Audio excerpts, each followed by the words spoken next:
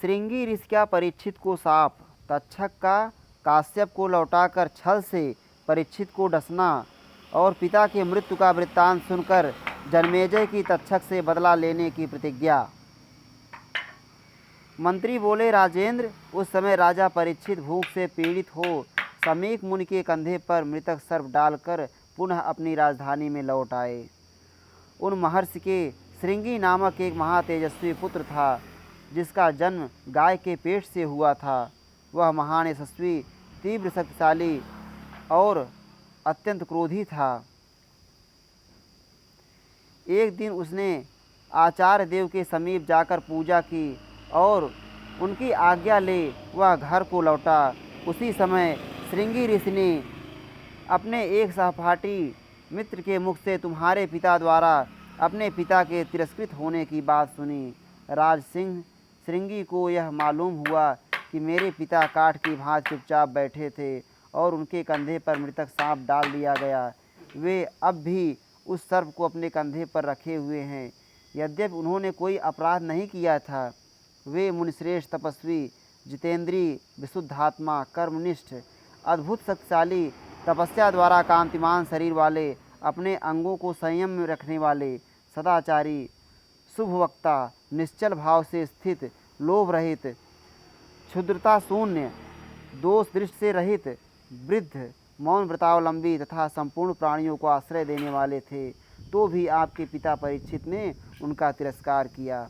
यह सब जानकर वह बाल्यावस्था में भी वृद्धों का सा तेज धारण करने वाला महातेजस्वी ऋषिकुमार क्रोध से आग बबूला हो उठा। उसने तुम्हारे पिता को शाप दे दिया। श्रृंगी तेज से प्रज्वलित सा हो रहा था।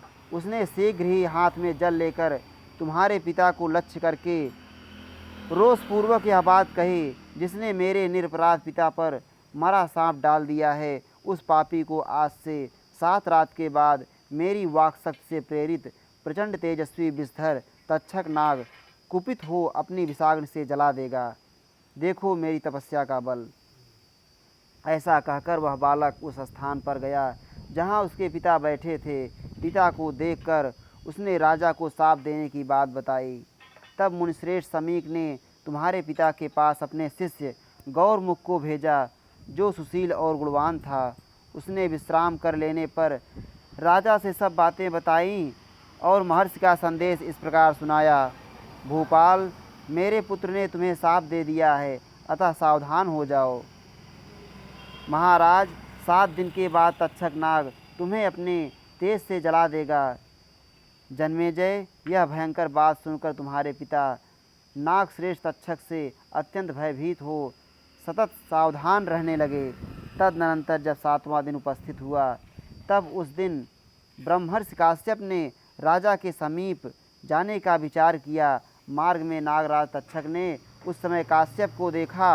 विप्रवर काश्यप बड़ी उतावली से पैर बढ़ा रहे थे। उन्हें देखकर नागराज ने ब्राह्मण का वेश धारण करके इस प्रकार पूछा, द्विज श्रेष्ठ, आप कहाँ इतनी तीव्र गति से जा रहे हैं और कौन सा कार्य करना चाहते हैं? काश्यप ने कहा, ब्राह्मण, मैं वहाँ जाता हूँ जहाँ कुरुकुल के श्रेष्ठ राजा परीक्षित रहते हैं। सुना है कि आज ही तक्षक नाग उन्हें डसेगा, अतः मैं तत्काल ही उन्हें निरोग करने के लिए जल्दी जल्दी वहाँ जा रहा हूँ। मेरे द्वारा सुरक्षित नरेश को वह सर्प नष्ट नहीं कर सकेगा। तक्षक ने कहा, ब्राह्मण, मेरे डसे हुए मनुष्य को जिलाने की इच्छा आप कैसे रखते हो? हाँ, मैं ही वह तक्षक हूँ। मेरी अद्भुत शक्ति देखिए। मेरे डस लेने पर उस राजा को आप जीवित नहीं कर सकते। ऐसा कहकर तक्षक ने एक वृक्ष को डस लिया। नाग के डसते ही वह वृक्ष जलकर भस्म हो गया। राजन, तदनंतर काश्यप ने अपनी मंत्र विद्या के बल से उस वृक्ष को पूर्ववत जीवित हरा भरा कर दिया। अब तक्षक काश्यप को प्रलोभन देने लगा। उसने कहा, तुम्हारी जो इच्छा हो मुझसे मांग लो। तक्षक के ऐसा कहने पर काश्यप ने उससे कहा, मैं तो वहाँ धन की इच्छा से जा रहा हूँ। उनके ऐसा कहने पर तक्षक ने महात्मा काश्यप से मधुर वाणी में कहा, अनघ, तुम राजा से जितना धन पाना चाहते हो उससे भी अधिक मुझसे ही ले लो और लौट जाओ। तक्षक नाग की यह बात सुनकर मनुष्यों में श्रेष्ठ काश्यप उससे इच्छा अनुसार धन लेकर लौट गए। ब्राह्मण के चले जाने पर तक्षक ने छल से भूपालों में श्रेष्ठ तुम्हारे धर्मात्मा पिता राजा परीक्षित के पास पहुंचकर यद्यपि वे महल में सावधानी के साथ रहते थे तो भी उन्हें अपनी विषाग्नि से भस्म कर दिया। नरश्रेष्ठ, तदनंतर विजय की प्राप्ति के लिए तुम्हारा राजा के पद पर अभिषेक किया गया। नृपश्रेष्ठ, यद्यपि यह प्रसंग बड़ा ही निष्ठुर और दुखदायक है तथापि तुम्हारे पूछने से हमने सब बातें तुमसे कही हैं। यह सब कुछ हमने अपनी आँखों देखा और कानों से भी ठीक ठीक सुना है। महाराज, इस प्रकार तक्षक ने तुम्हारे पिता राजा परीक्षित का तिरस्कार किया है। इन महर्षि उत्तंग को भी उसने बहुत तंग किया है। यह सब तुमने सुन लिया, अब तुम जैसा उचित समझो करो। उग्रश्रवा जी कहते हैं, सौनक, उस समय शत्रुओं का दमन करने वाले राजा जन्मेजय अपने संपूर्ण मंत्रियों से इस प्रकार बोले। जन्मेजय ने कहा, उस वृक्ष के डसे जाने और फिर हरे होने की बात आप लोगों से किसने कही? उस समय तक्षक के काटने से जो वृक्ष राख का ढेर बन गया था उसे काश्यप ने पुनः जिलाकर हरा भरा कर दिया। यह सब लोगों के लिए बड़े आश्चर्य की बात है। यदि काश्यप के आ जाने से उनके मंत्रों द्वारा तक्षक का विष नष्ट कर दिया जाता तो निश्चय ही मेरे पिताजी बच जाते, परंतु उस पापात्मा नीच सर्प ने अपने मन में यह सोचा होगा, यदि मेरे डसे हुए राजा को ब्राह्मण जिला देंगे तो लोग कहेंगे तक्षक का विष भी नष्ट हो गया। इस प्रकार तक्षक लोक में उपहास का पात्र बन जाएगा। अवश्य ही ऐसा सोचकर उसने ब्राह्मण को धन के द्वारा संतुष्ट किया था। अच्छा, भविष्य में प्रयत्नपूर्वक कोई ना कोई उपाय करके तक्षक को इसके लिए दंड दूंगा, परंतु एक बात मैं सुनना चाहता हूँ। नागराज तक्षक और काश्यप ब्राह्मण का वह संवाद तो निर्जन वन में हुआ होगा। यह सब वृत्तांत किसने देखा और सुना था? आप लोगों तक यह बात कैसे आई? यह सब सुनकर मैं सर्पों के नाश का हाँ, राजा है न, उनका सही निर्णय करेगा है न। हाँ हाँ हाँ हाँ भाई हाँ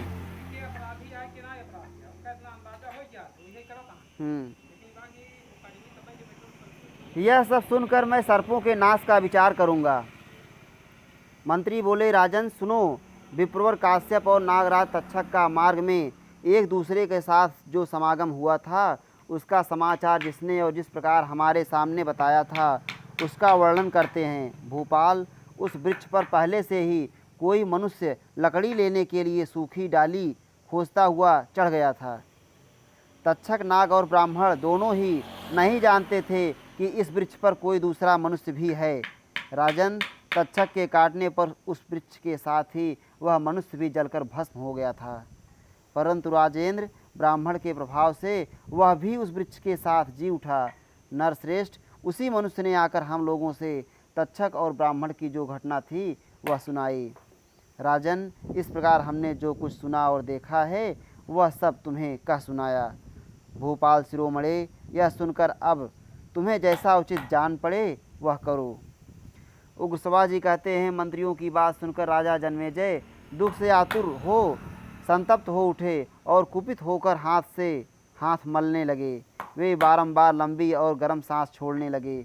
कमल के समान नेत्रों वाले राजा जन्मेजय उस समय नेत्रों से आंसू बहाते हुए फूट फूट कर रोने लगे।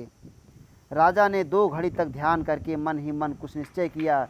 फिर दुख, शोक और अमरस में डूबे हुए नरेश न थमने वाले आंसुओं की अविच्छिन्न धारा बहाते हुए विधिपूर्वक जल का स्पर्श करके संपूर्ण मंत्रियों से इस प्रकार बोले। जन्मेजय ने कहा, मंत्रियों, मेरे पिता के स्वर्गलोक गमन के विषय में आप लोगों का यह वचन सुनकर मैंने अपनी बुद्धि द्वारा जो कर्तव्य निश्चय किया है उसे आप सुन लें। मेरा विचार है उस दुरात्मा तक्षक से तुरंत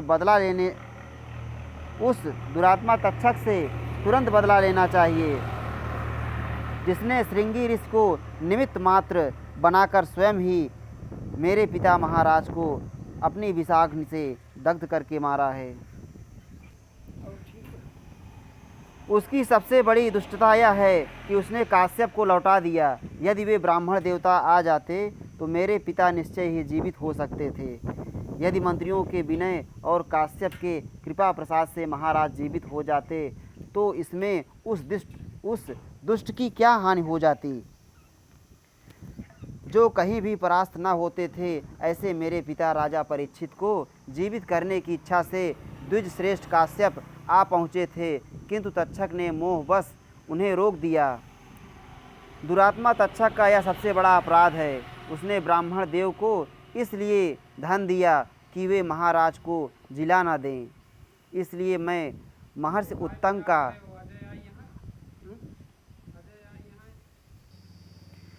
दुरात्मा तक्षक का यह सबसे बड़ा अपराध है कि उसने ब्राह्मण देव को इसलिए धन दिया कि वे महाराज को जिला न दें। इसलिए मैं महर्षि उत्तंग का अपना तथा आप सब लोगों का अत्यंत प्रिय करने के लिए पिता के बैर का अवश्य बदला लूँगा। इस श्री महाभारते आदि पर्वणि आस्तिक पर्वणि पारिच्छिन्न मंत्र संवादे 55वां अध्याय। इस प्रकार श्री महाभारत आदि पर्व के अंतर्गत आस्तिक पर्व में जन्मेजय और मंत्रियों का संवाद विषयक 50वां अध्याय पूरा हुआ। श्री राधा वल्लभ लाल की जय।